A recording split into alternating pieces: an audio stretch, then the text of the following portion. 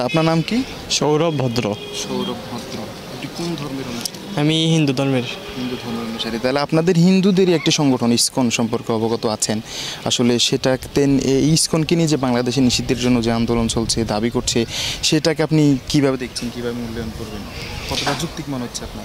আমার মনে হচ্ছে না যে এটা ব্যান করার কোনো কারণ থাকতে পারে। ধরেন না, যার যে ধর্ম যার কাছে, আমরা আমাদের মতো আমাদের ধর্মকে অনুসরণ করবো, আপনারা আপনাদের মতো করবেন। এটা নিয়ে তো বাড়াবাড়ি করার তো কোনো মানে নাই। অনেক খুশি, তবে আপনাদের আসলে ইসকন যে সংগঠন সেটা কার্যক্রমটা কি যদি কার্যক্রমরা হচ্ছে যে আমাদের ধর্মকে ওরা অন্যভাবে মানে অনুসন্ধান করছে এবং সমগ্র পৃথিবীর সামনে অনুস্থাপন করছে আর কি, প্রচার করছে মানে হিন্দু ধর্মটাকে। আপনি সোশ্যাল মিডিয়া দেখছেন কিনা জানি না, গাজীপুরে এটি ইমাম সাহেবকে যে ইসকনের লোকরা ধরে নিয়ে গেছে, নির্যাতন করেছে, সেটা কি আসলে কোন প্রচারের পর্যায়ে পড়ে?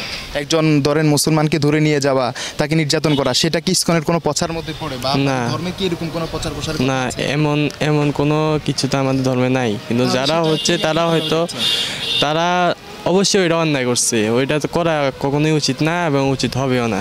আমাদের ধর্মেও এটা কোনো সময় ইয়ে করবেন আর কি। জনগণ যে বলছে ইসকন সন্ত্রাসী সংগঠন, আপনি কি বলছেন, কি বলতে যাচ্ছেন আসলে? ইসকন সংগঠনটা ভালো, তবে কিছু কিছু অনেকে আছে যাদের জন্য এটা জঙ্গি সংগঠন হিসেবে পরিচিত হচ্ছে আর কি। আচ্ছা, এই এখন যে বাংলাদেশে যে দাবিটা উঠছে, আপনি কি মনে করেন সেটাতে কি কোনো লজিক আছে কিনা, বা তাদেরকে সঠিক পর্যায়ে আছে কিনা আন্দোলনটা? তাদের সঠিক পর্যায়ে আছে বলতে মানে কথাটা হচ্ছে যে যারা দুর্নীতি করছে তাদেরকে সরাই দিয়ে নতুন যারা আছে, ভালো যারা আছে তাদেরকে রেখে দিলে চলবে। ইসকন নিষিদ্ধেরটা আপনি না, নিষেধটা তো এটা তো একটু বেশি বাড়াবাড়ি হয়ে যায়। যে কোনো দল হোক সংগঠন হোক, খারাপ থাকবেই, দু চারটা ঘটনা ঘটবে, এর মানে যে সংগঠন নিষিদ্ধ সেটা না।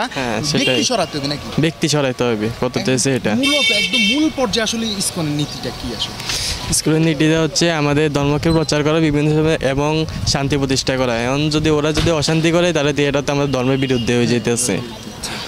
আপনি ব্যক্তিগতভাবে আমরা দেখেছি অনেক হিন্দু কিন্তু ইসকনকে সাপোর্ট করে না। আপনি আপনার জায়গা থেকে ইসকনকে আমি আমার জায়গা থেকে আমি আমার ধর্মকে সবার আগে রাখবো। এবং কথা হচ্ছে ইসকন যদি ভালো পর্যায়ে থাকে তাহলে আমি ইসকনের পর্যায়ে থাকবো, আর যদি খারাপ পর্যায়ে থাকে তাহলে আমি ওইটা বঞ্চিত করতে বাধ্য হবো। এই ঘটনাকে নিন্দা জানাচ্ছি, কিন্তু ইসকনকে আমি নিন্দা জানাচ্ছি না। অবশ্যই যারা ঘটনা করেছে তাদের বিরুদ্ধে, যারা ঘটনাটা করেছে তাদের বিরুদ্ধে অ্যাকশন নেওয়া, ইসকন যেন নিষিদ্ধ না করে।